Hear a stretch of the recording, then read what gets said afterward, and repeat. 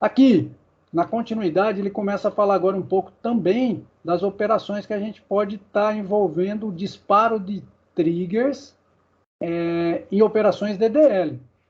Está aqui, ó, para create, para alter, para drop, todos eles trabalhando também a temporalidade. Ó. Pode ser antes de uma dessas operações acontecerem ou depois. Eventos do banco. Quem me ajuda aí? O que significa um startup para a gente em banco de dados? Ou shutdown? O que essas duas palavrinhas têm a ver com a gente em banco de dados?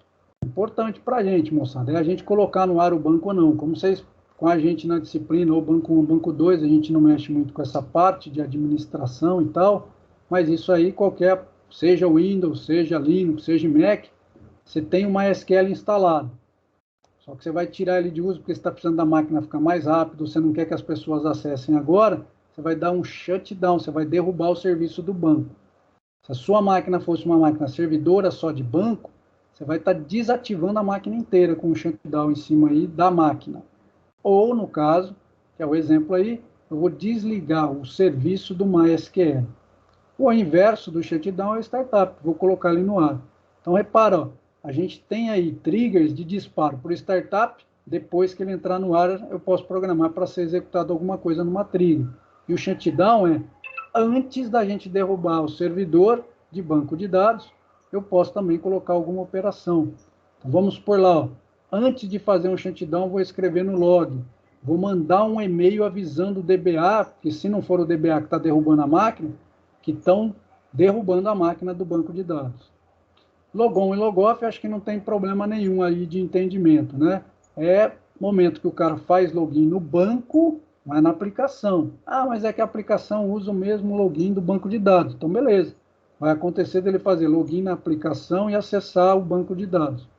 Então, a trigger de logon e de logoff é no banco, não é na sua aplicação. Se a aplicação usa a mesma, aí é outra situação.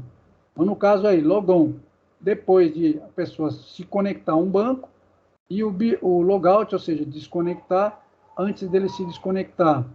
Tem um monte, né, no que ele passa aqui para a gente, em eventos do banco de dados, não da base de dados. Aqui ele está indo pegar, ó, se tiver algum erro, eu posso capturar o erro, né, tratar o erro em si, não pela trigger. Aí eu vou usar a exceção, mas eu posso disparar uma ação depois que o erro for detectado, entre outras operações de triggers que a gente pode usar. Níveis dessas operações de DDL ou de banco de dados. Posso ter aqui, ó, antes de backup, depois de backup. Então, a nível da base de dados que está sendo utilizada ou do esquema.